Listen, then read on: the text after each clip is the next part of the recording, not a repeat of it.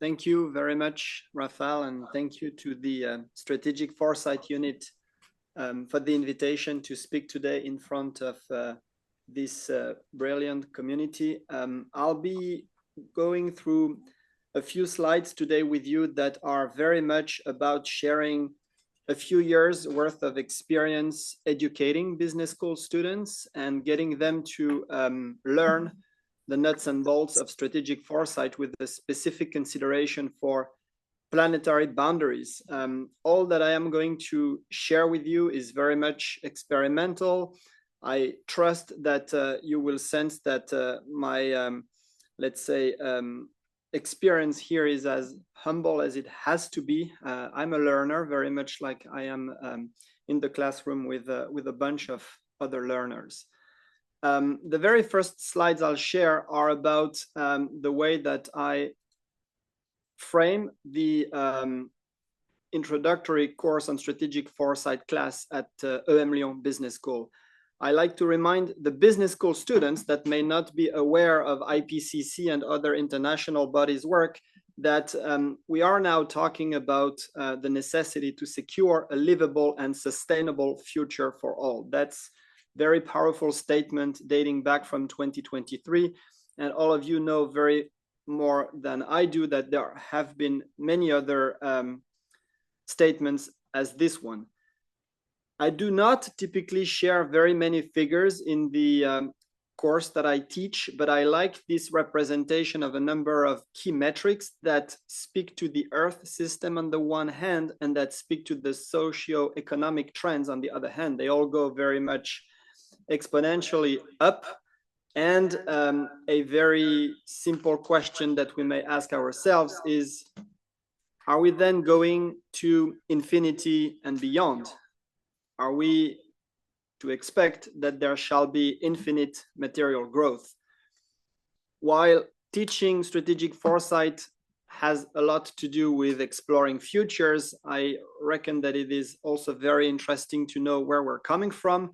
There have been a number of seminal works that I like to quote and base my thinking on, including the, well, let's say, world-renowned Limits to Growth report, which was published back in 1972 with the team of MIT researchers commissioned by the Club of Rome, coming to conclude back then in 1972, over 50 years ago, that infinite material growth is not compatible with a finite planet. That may sound a bit light to bring this up again as if this wasn't already understood, but my sense is that planetary boundaries are just now starting to more and more occupy, well, businesses, leaders' minds and public sector leaders' minds.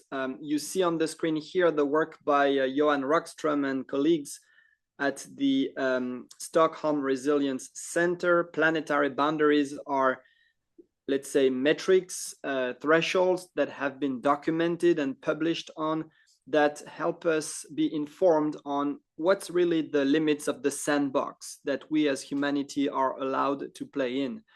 And what's, of course, interesting and relevant to today's talk here is that as we went through the years and decades, we've collectively been, let's say, going overboard over a number of planetary boundaries. You see on the right-hand side here that we have, well, presumably crossed 6 boundaries out of 9, but if I am not mistaken, a few weeks ago, it's been announced and published that we might have crossed a 7th planetary boundary. Planetary boundaries are making their way, as I was trying to say it earlier, into the minds of practitioners and researchers in my academic discipline. This is a paper published in a very important journal a few months ago, the Journal of Management Studies. This is, as you can see, the title, Calling for Strategy and Strategy Research and Strategy Practice to No Longer Ignore Planetary Boundaries. Why is this of importance to businesses? And I'll come to why this is important to teaching and engaging with strategic foresight, because otherwise we might be, let's say, opening up a new chapter in the business world towards the obsolescence of the enterprise. There are multiple ways in which the enterprise, the company, might become obsolete. I'm going to base the next few slides on pioneering work by my colleague at EM Lyon Business School, Bertrand Valliorgue. Multiple ways that could, let's say, be combined all together to yield obsolescence. One is the obsolescence of a company's value proposition as market expectations are changing in the context of more biophysical pressure. Obsolescence might also be related with corporate compliance due to normative changes. For those of you who are, let's say, studying or working with businesses in Europe, you may have been already confronted with the CSRD, which is a European Union directive on extra financial reporting. This is essentially a normative change, which is going to have significant effect on how business is conducted in Europe and elsewhere. Obsolescence might be connected with access to infrastructure. Some of you, either in your work or in your research, may have studied or be confronted with energy, telecommunications, transport, banking services malfunctions. There could also be a way for obsolescence with access to key resources and skills becoming increasingly difficult. We are hearing more and more stories of businesses that are suffering from damaged employer branding and damaged capability to attract talents in their pool of candidates.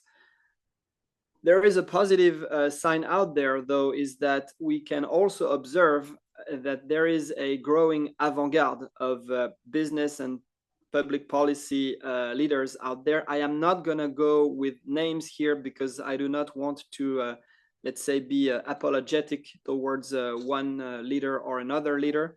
But connecting the next slides with what some of you may have already learned from my esteemed colleague, Rafael Ramirez, who was speaking as part of this series a few months ago, this avant-garde of leaders, be they public or private, are essentially individuals, and this is the hypothesis that I am sharing with you, that have converted their worldview. They just can't see the world with the same eyes as they would see the world before. And here on the slide, you see a tribute to the pioneering work in strategic foresight by Pierre Vac, who very early on in the 80s published a series of 2 seminal papers in Harvard Business Review, speaking to strategic foresight being the effective way of helping business leaders and executive teams upgrade their worldview. This is, by the way, also something Rafael Ramirez would speak to by calling on the power of strategic foresight to help a reframing and reperceiving process to get started. At EM Lyon Business School, we've come to offer to the students a 4-steps process. This isn't the ultimate guide to strategic foresight within the context of planetary boundaries. This is just an experiment that has started a few years ago. I am going very quickly here through the 4 steps. It starts with analyzing the worldview. This is usually a rather comfortable stance that we are asking the students to take because they come into the business schools with high analytical skills. Then we ask them to inquire. We ask them to, let's say, take a step back from the organization that they are studying and start inquiring in what Raphael, again, would call the contextual environment, with the specification here that the students shall be particularly attentive to the biophysically constrained environment in which businesses are increasingly operating. Step number 3 is a bit of a shock, let's say cognitive shock for students, because now we ask them to let go a bit of their analytical skills and start activating their imagination skills, their speculative thinking skills with writing scenarios. And all of you, I'm sure, are very familiar with what this is about. Step 4, you do not find it necessarily in every single strategic foresight process or course. This is going from written piece on the future as scenarios into experiential situations, so that at the end of the process, the learning organization representatives who've signed up to have a class of students working on their case study have a chance to play their own role in a variety of possible futures. And I'll build my reasoning a bit later on work by Stuart Candy that also you've had a chance for some of you to listen to as part of this webinar series. Key figures, we are at OECD, so a presentation wouldn't go without figures. I have one more slide on these. The project started in 2018. The course is now mandatory in the school's Master in Management, in the school's Executive and International MBA, and it's going to be tested in a couple of weeks with the Bachelor of Business and Administration students.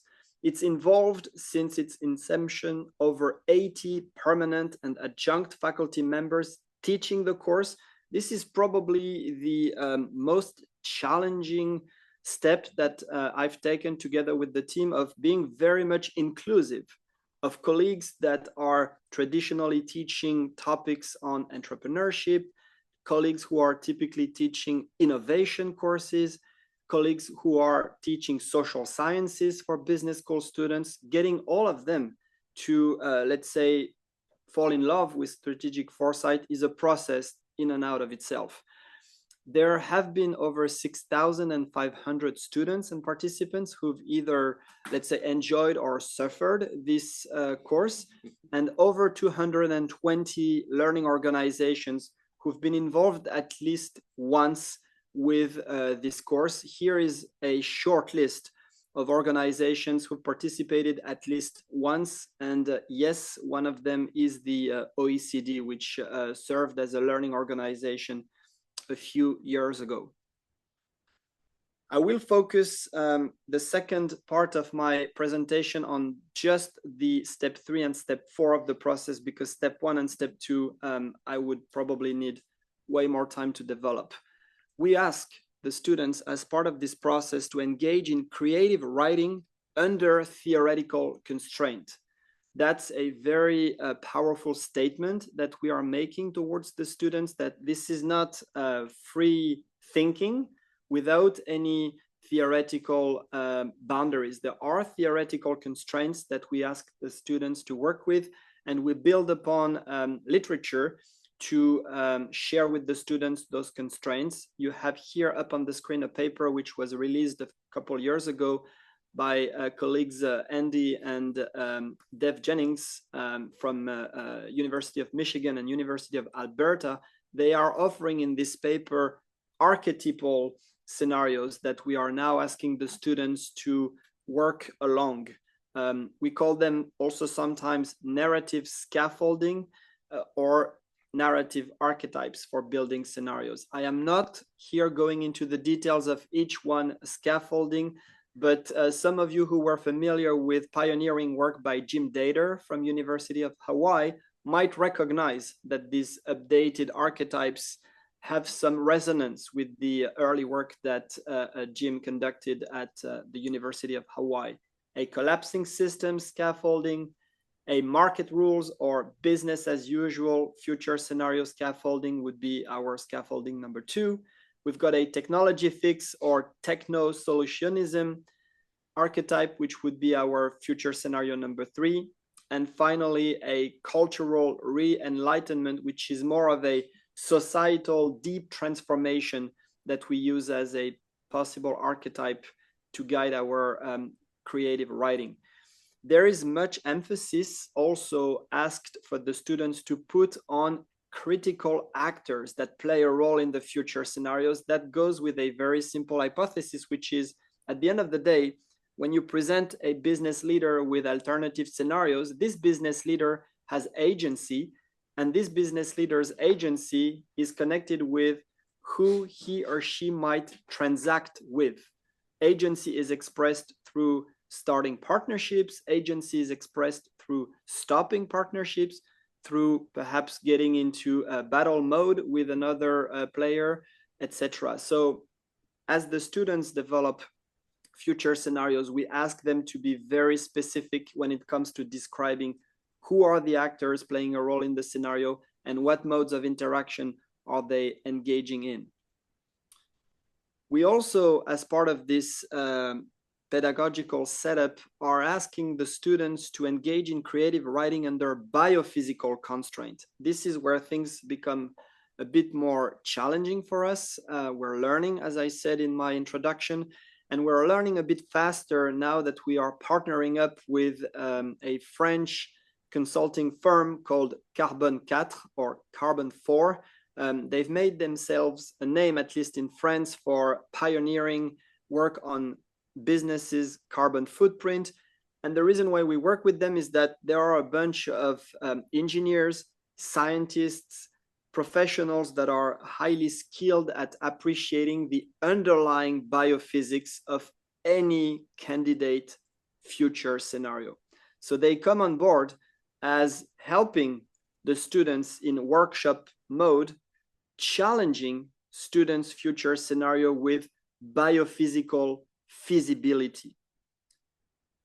Biophysical feasibility, to my knowledge, is a bit absent in the scholarly literature on strategic foresight and scenario planning. We call for plausible future scenario that can go beyond probable, but I've yet to find a piece of research that would explain or offer a way to check for the biophysical compatibility of any candidate future scenario. And this is the step forward we're taking with Carbon 4. The partnership started a year ago, and the first implications of this partnership is that now we've got selected students having a chance to test their future scenarios against biophysical compatibility.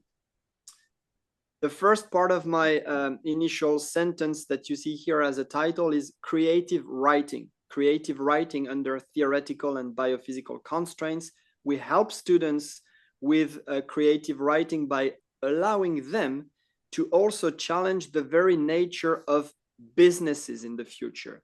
And you may come to realize together with me that there is also very little published material on how companies themselves could be transformed in the future. We've got future studies on the environment, we've got future studies on energy, we've got future studies on transportation, on public health, you name it. But I'm not sure I have found very many future studies on the company nature itself.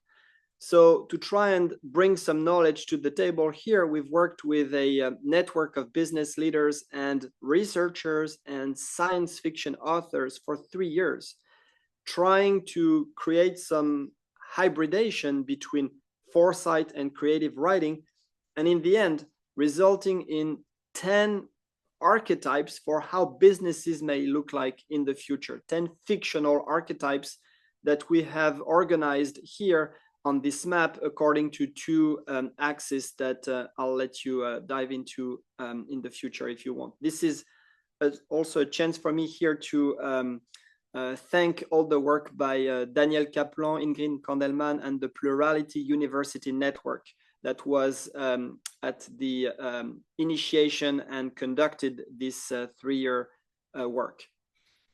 Last but not least, regarding experiencing future, we get the students to engage in improv theater play. They usually last for 30 minutes. They are very much at the, let's say, end of the experiential futures ladder that Stuart offered to us in a publication back in 2017, in which he already advocated for ways to, let's say, bridge or find a way across the experiential gulf, as he called it in his PhD dissertation. And also to, let's say, make reference to one of the former invitees here, Rafael Ramirez and Kees van der Heijden, in a book chapter, gave us some, let's say, recipes for successful and impactful and safe immersive experience for business leaders. I have couple examples of what's come out of the classroom to share with you here. 2 more minutes and I'm done. Example number one, this is a French publicly listed company. This is Air Liquide, not to name it. And more specifically, this is their space division. They came to the course and one group of students realized that this business unit probably had a very significant blind spot, which was non-governmental organizations concerned with space debris. When I started working on this case with the students, I had no idea whatsoever that space debris was of any significance. I later read some literature by the United Nations and came to realize that this was coined as one of the 6 most important existential risks for the pursuit of human life on Earth as we know it today, the way it's organized today. So this group of students went as far as simulating a protest involving over 60 students who, in a way, welcomed, quote unquote, the Air Liquide delegation on campus without letting them know ahead of time that the protest was part of the final deliverable of the course. This became very emotional. This came to a point where between you and me, and I know this is going to be put online, so that's fine.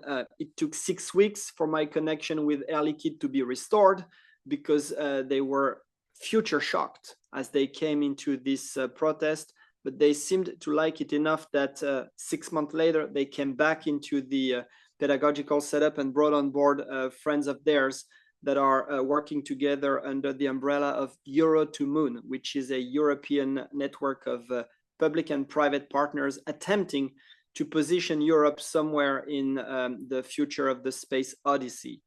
This has been documented. For those of you who read French, there is a piece published in Harvard Business Review France, and hopefully this will be translated and made available more broadly. I'll skip over the second example I had for you so that there is enough time for Q&A. Thank you again very much for the invitation, Rafael, and thank you all for being here today.